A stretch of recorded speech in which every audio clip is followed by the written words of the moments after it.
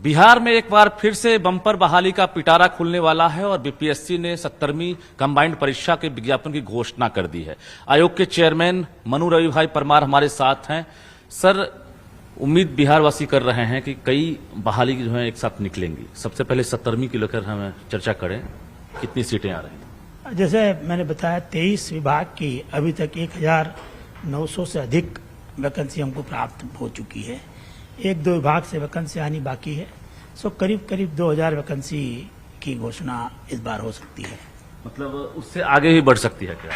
ये जो वर्तमान में 1917 जो किया है उससे नंबर बढ़ सकता है, थोड़ा बढ़ सकता है। बीच में जो भी विभाग की वैकेंसी मिलेगी उसको ऐड करेंगे विज्ञापन में, वो उसको ऐड करके फिर ही एग्जाम लिया जाएगा, फाइनल एग्जाम लिया जाएगा। वेबसाइट पर विज्ञापन कब से दिख जाएगा? ये सोमवार तक हम लोग पब्लिश कर देंगे। रूरल डेवलपमेंट ऑफिसर के सबसे ज्यादा 393 पद है। इसके अलावा जैसे बताया बिहार प्रशासनिक सेवा के 200 पद हैं और डीएसपी की वैकेंसी के करीब 125 पद है। इसके अलावा 168 पद बिहार फाइनेंशियल सर्विसेज के, जो कि assistant commissioner commercial tax department में होते हैं, उनके पद है। तो ये मेजर लेवल 9 के पद है। इसके अलावा लेवल 7 के भी करीब 1200 के अधिक पद। पिछली कुछ एग्जाम में मुझे लगता है 1200 या 1400 के आसपास वैकेंसी हुआ करती थी। इस बार काफी सारे डिपार्टमेंट ने अपनी वैकेंसी एक साथ दी है, तो वैसी स्थिति में ये नंबर करीब 1900-2000 के आसपास हुआ। आयोग अंदाज लगा रहा है कि करीब 6-7 लाख से अधिक कैंडिडेट इसमें भाग ले सकते हैं। जी। परीक्षा का पैटर्न क्या कुछ बदलाव कर रहे हैं परीक्षा के पैटर्न में, या फिर पुराने पैटर्न हो?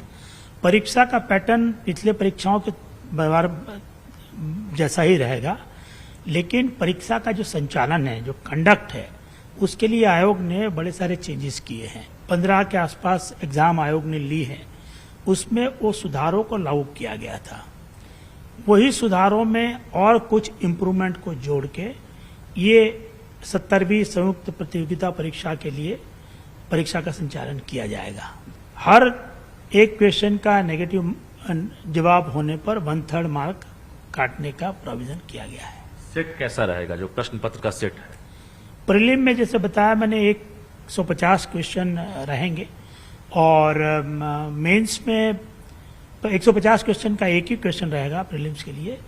मेंस के लिए जैसे बताया गया है 4 क्वेश्चन पेपर रहेंगे। मतलब सेट और बढ़ भी सकता है, घट भी सकता है, ऐसा तो नहीं? प्रीलिम की जहां तक एग्जाम है, आयोग ने अपने एडवर्टाइजमेंट ये स्पष्ट कर दिया है कि नंबर ऑफ कैंडिडेट बढ़ने की आशा में आयोग शायद इसको एक से अधिक दिनों में ये एग्जाम करा सकेगा।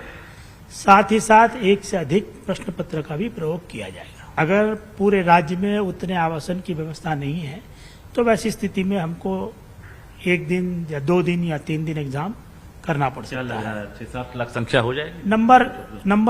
नंबर ऑफ अपीयरिंग कैंडिडेट अगर ज्यादा होगा तो वैसी तुलना में आयोग को 2 दिन एग्जाम लेनी पड़ सकती है। देखिए, टीआरई 3 की एग्जाम में टोटल करीब 87,000 से ज्यादा वैकेंसी है और वो सभी वैकेंसी पुरानी रिजर्वेशन पॉलिसी के आधार पर उसको किया गया था।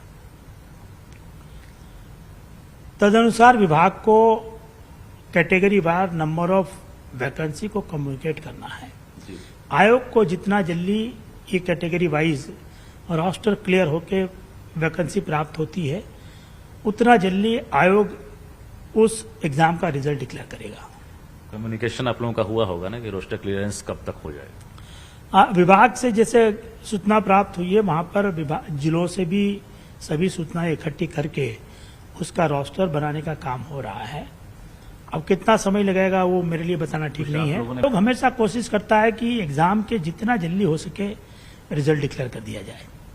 इस वाले में भी आपने देखा होगा पिछले दिनों सभी एग्जाम का हम लोगों ने फाइनल आंसर की भी दे दिया है। तो अब आयोग के लिए रिजल्ट डिक्लेयर करने में बहुत ज्यादा टाइम नहीं लगेगा। मतलब जैसे ही रोस्टर क्लियरेंस होगा आप जो है रिजल्ट दे देंगे? कितने दिन के बाद देंगे मोटा मोटी? करीब 2 से 3 वीक लगता है प्रोसेस पूरा करने में, क्योंकि 87,000 वैकेंसी है और दूसरा कि नंबर ऑफ कैटेगरी में वैकेंसी पॉलिसी के हिसाब से आगे पीछे हुई है। तो हर कैटेगरी में भी हमको रिजल्ट को एडजस्ट करना पड़ेगा और हर एक एग्जाम के लिए एडजस्ट करना पड़ेगा।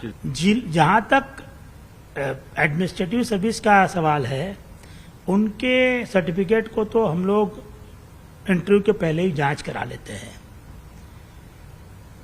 उसमें खास तौर से जो फिजिकली चैलेंज कैंडिडेट है उनके सर्टिफिकेट और बाकी सर्टिफिकेट की जांच शामिल है।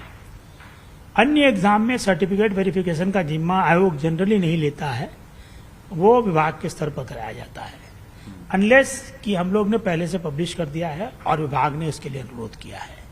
अगर पुरानी एग्जाम जिसमें एडवर्टाइजमेंट में लिखा हुआ है कि आयोग उसकी सर्टिफिकेट की जांच करेगा, उसके सर्टिफिकेट की आयोग जांच करेगा, लेकिन सर्टिफिकेट के जांच का काम एक बहुत बृहद काम है। उसमें बहुत बड़ी संख्या में मैन पावर की जरूरत पड़ती है, खास तौर से शिक्षा विभाग जैसे विभाग में जहां पर नंबर ऑफ वैकेंसीज 10,000 में है, तो उसके सर्टिफिकेट वेरिफिकेशन का काम संबंधित विभाग करे, वही करेगा। आप उचित रहेगा। नहीं, देखिए, जो डॉक्यूमेंट वेरिफिकेशन की बात आती है तो वो तभी आती है जब कंप्लेंट प्राप्त होती है। उसकी एक प्रक्रिया निर्धारित है। अगर उसको आयोग के स्तर पर करना है तो आयोग वो सभी डॉक्यूमेंट का निर्धारित प्रक्रिया के हिसाब से वेरिफिकेशन कराएगा। मतलब इस बार आप श्योर हैं कोई गड़बड़ी नहीं होगी, ऐसा लग रहा है? नहीं, ऐसा हम नहीं कह शिक्षा सकते। विभाग हम ये नहीं कहेंगे कि गड़बड़ी नहीं होगी। आयोग पूरी तरह से उसकी जांच करेगा। अगर जांचोपरांत कुछ गलती पाई जाती है तो हम उसके ध्यान में लाएंगे और उनके कैंडिडेट पर आगे विचार करेंगे। या शिक्षा विभाग को फिर से फिल्टर करने की जरूरत है, ऐसा लग रहा है?